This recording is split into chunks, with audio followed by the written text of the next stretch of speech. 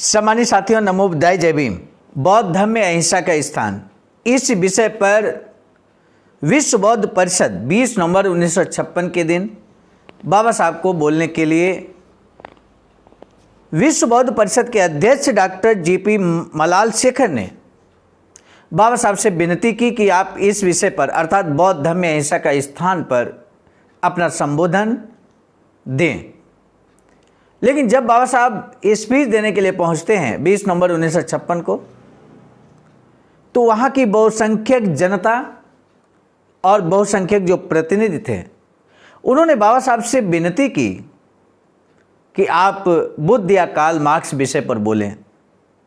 हालांकि पूर्व से तैयारी नहीं थी इस विषय को लेकर, बावजूद इसके बाबा साहब ने उन बहुसंख्यक प्रतिनिधियों के निवेदन को स्वीकार किया और अपना क्रांतिकारी संबोधन बुद्ध या कार्ल मार्क्स विषय पर दिया। सम्मानित साथियों, आज का अंबेडकर संदेश बेहद खास होने वाला है। अंतर्राष्ट्रीय भाषण बाबा साहब का ये है और इसलिए आपको अंत तक जरूर सुनना चाहिए। 20 नवंबर 1956 नेपाल के काठमांडू में दिया गया बाबा साहब का ये भाषण इतिहास में हमेशा हमेशा याद किया जाएगा। और ये तब जब बाबा साहब ने कुछ ही दिन पूर्व 14 अक्टूबर 1956 को नागपुर में 5 से 6 लाख लोगों को बौद्ध धर्म की दीक्षा दिलाई थी और स्वयं भी बौद्ध धर्म की दीक्षा ग्रहण की थी। संयोग से आज जब हम इस वीडियो को रिकॉर्ड कर रहे हैं, आज 14 अक्टूबर 2024 है। हालांकि ये वीडियो आपको 15 अक्टूबर 5 बजे मिल जाएगा आवाज का ऑफिशियल पर। तो सम्मानित साथियों, सबसे पहले आज 14 अक्टूबर 2024 को हम आप सभी को बहुत बहुत मंगल कामना करते हैं कि हम सभी को, हमारे बहुजन समाज को बाबा साहब ने जो मार्ग दिया वो निश्चित रूप से हम सभी के लिए समता, स्वतंत्रता, न्याय और बंधुत्व दिलाने वाला है।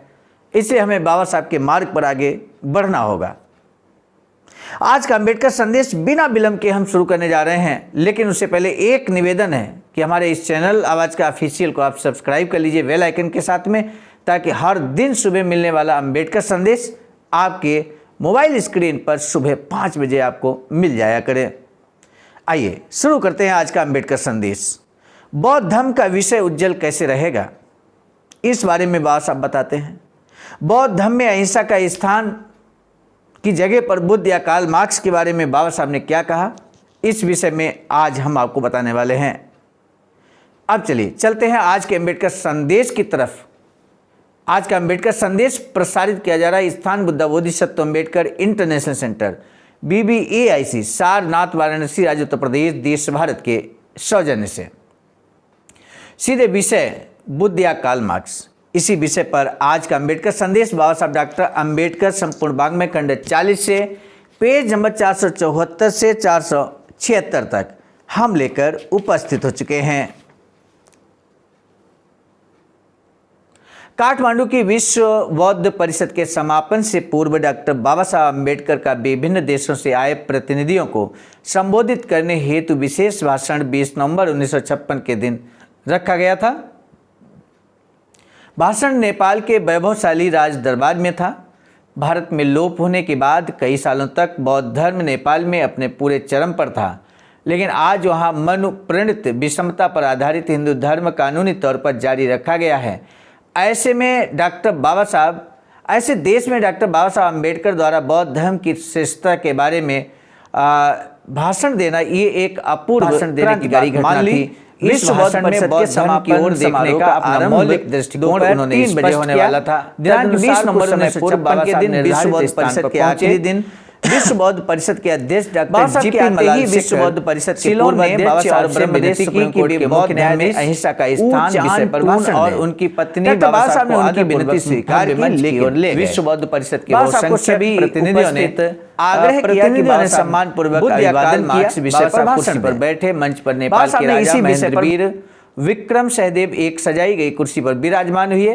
पड़ोस में पूज्य चंद्रमणि महास्थविर जीपी मलाल शेखर, पूज्य अमृतानंद महास्थविर और ऊचान टून ने स्थान ग्रहण किया। पहले पूज्य चंद्रमणि ने उपस्थित महानुभावों को त्रिशरण और पंचशील दिया। उसके बाद विश्व बौद्ध परिषद के अध्यक्ष डॉक्टर जी.पी. मलालशेखर ने कहा कि आज की विश्व बौद्ध परिषद में भगवान बुद्ध की भारत भूमि से एक महान पुरुष आया है। उसका नाम है डॉक्टर B.R. अम्बेडकर। तालियों की बरसात होती है। सम्मानित साथियों, उन्होंने नागपुर में 5 लाख दलित लोगों को बौद्ध धर्म की दीक्षा देकर महान धर्म क्रांति की है। आज इस विश्व बौद्ध परिषद में संपूर्ण विश्व के बौद्ध प्रतिनिधियों की ओर से मैं उनका हार्दिक स्वागत करता हूं। इसके बाद उन्होंने रंग बिरंगी फूलों की बहुत बड़ी माला बाबा साहब के गले में पहनाई। बाद में बाबा साहब से भाषण देने की विनती की गई।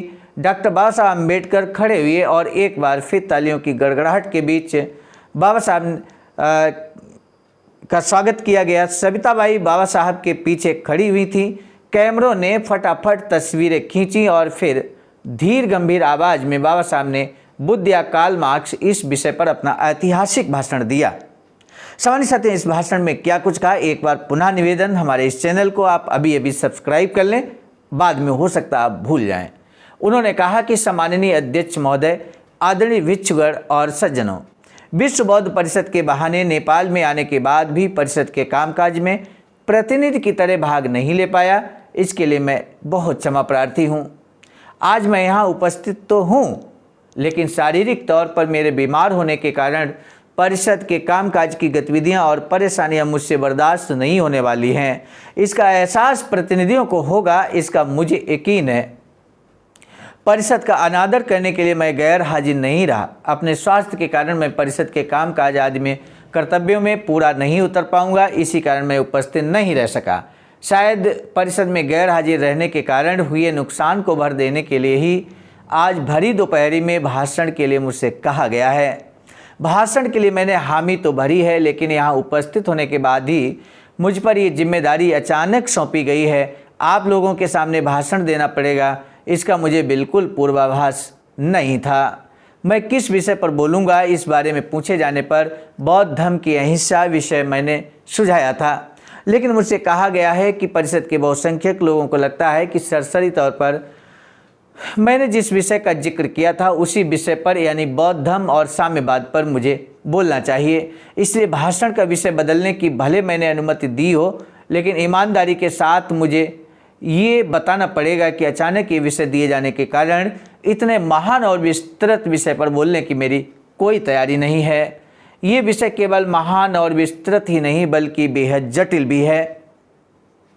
इस जटिल विषय के दबाव में आधे से अधिक दुनिया फंसी है। इतना ही नहीं, बौद्ध राष्ट्रों के युवा छात्र भी इस विषय से अभिभूत हो चुके हैं। ये दूसरा मसला मुझे बेहद चिंताजनक लगता है। साम्यवाद की जीवन प्रणाली जो बताती है उससे बौद्ध धर्म द्वारा बताई गई जीवन शैली बेहतर है। ऐसी प्रशंसा जब तक बौद्ध राष्ट्र की युवा पीढ़ी नहीं करती, तब तक ये नहीं कहा जा सकता कि बौद्ध धर्म का विषय उज्जवल है। बौद्ध धर्म की श्रद्धा 2 पीढ़ियों तक भी नहीं टिक सकती। इसीलिए जिनका बौद्ध धर्म पर दृढ़ विश्वास है, उन्हें युवा पीढ़ी को बौद्ध धर्म की महत्ता के बारे में यकीन दिलाना होगा। साम्यवाद का पर्याय बौद्ध धर्म ही है, बल्कि बौद्ध धर्म ही एकमात्र सर्वोत्तम जीवन मार्ग है, ये बताना बेहद जरूरी है। इस बात का यकीन दिलाने के बाद ही बौद्ध धर्म के बने रहने की उम्मीद की जा सकती है।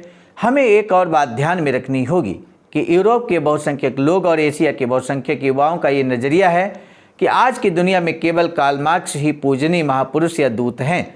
साथ ही वे ऐसा विचार भी प्रकट करते हैं कि बौद्ध भिक्षु संघ का बहुत बड़ा हिस्सा बेकार ही नहीं तो एक बहुत बड़ा गंभीर संकट भी है। इस प्रकार की मानसिकता किस चीज़ का लक्षण है, इस बात की ओर हमारे भिक्षुओं को ध्यान देना होगा।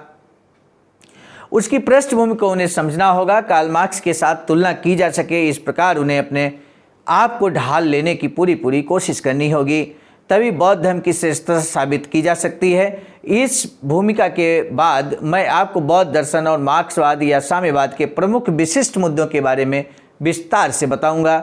इसके तहत बुद्ध दर्शन और मार्क्स दर्शन के आदर्शों में समानता और भेद के बारे में मैं आपको बताऊंगा। जीवन के उद्देश्यों की पूर्ति करने में साम्यवादी जीवन मार्ग से अधिक बौद्ध जीवन मार्ग चिरंतन हो पाएगा अथवा नहीं, इसका भी मैं विस्तार से विवेचन करूंगा। जो जीवन मार्ग अल्पकालिक है वो जंगलों में भटकाने वाला हो सकता है या अराजकता की ओर ले जा सकने वाला हो सकता है। ऐसे जीवन मार्ग का पीछा करना उचित नहीं होगा। लेकिन जिस मार्ग का भरोसा करने के लिए आपसे कहा जाए वह अगर मंद गति वाला हो और बहुत अधिक अंतर वाला हो, लेकिन भरोसे लायक और सुरक्षित मजबूत बुनियाद वाला हो, तो आपके आदर्श सिद्धांतों के लिए सहायक हो, आपके जीवन को स्थायित्व देने वाला हो, तो उसी मार्ग को अपनाना योग्य रहेगा। कम दूरी वाला, शॉर्टकट के तौर पर पहचाने वाले कटीले रास्ते से मंद गति वाला, लंबी दूरी तय करने वाला मार्ग चलते ही रहना ही योग्य साबित होगा। जीवन के शॉर्टकट हमेशा जोखिम भरे और धोखा देने वाले होते हैं। केवल धोखेबाज नहीं, महाधोखेबाज होते हैं। ये बात हमेशा ध्यान में रखनी होगी। सामान्य साथियों, आज के अम्बेडकर संदेश को हम यही स्थगित करते हैं। अगले अम्बेडकर संदेश में हम जरूर आपके समक्ष बाबा साहब के शेष भाग को लेकर उपस्थित होंगे।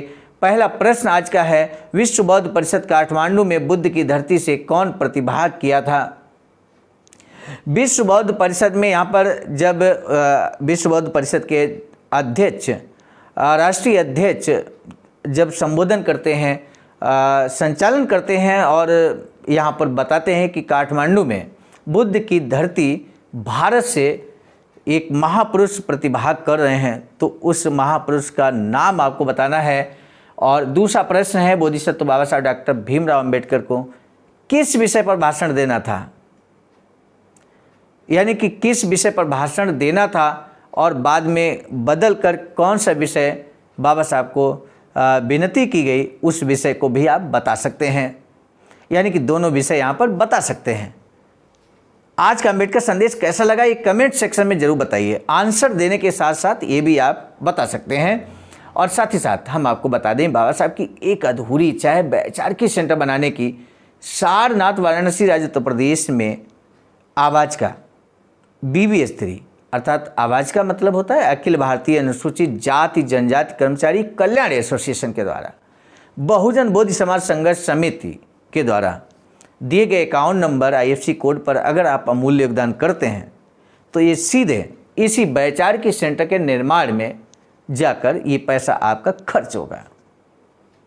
सामान्य साथियों, आज का अम्बेडकर संदेश को अब स्थगित करने की दीजिए इजाज़त। लेकिन उससे पहले हम आपको बता दें, आज का अम्बेडकर संदेश हम लेकर उपस्थित हुए थे मिशन नायक बुद्धमित्र मुसाफिर सर, राष्ट्रीय अध्यक्ष आवाज़ का नई दिल्ली की प्रेरणा में, और साथ ही साथ संकलन कर्ता ग्रुप में परम आदरणीय विजय कुमार बौद्ध जी, प्रांतीय कोषाध्यक्ष आवाज़ का बिहार। प्रस्तुत कर्ता ग्रुप में मैं स्वयं सर्वजीत आर्य, राष्ट्रीय मीडिया प्रभारी ITCL आवाज़ का नई दिल्ली। मिलेंगे नए डॉक्टर अम्बेडकर संदेश में, तब तक दीजिए इजाज़त। आप सभी को सादर नमो बुद्धाय, जय भीम। सामान्य साथियों, यदि आप हमारे इस चैनल आवाज़ का ऑफिशियल, जिस पर नियमित सुबह 5 बजे डॉक्टर अम्बेडकर संदेश आपको मिलता है, आप हमारे इस चैनल को सपोर्ट करना चाहते हैं, तो हमारा आपसे निवेदन है कि आप हमारे इस चैनल को सब्सक्राइब कर लें, वीडियो को शेयर, लाइक, कमेंट जरूर करें।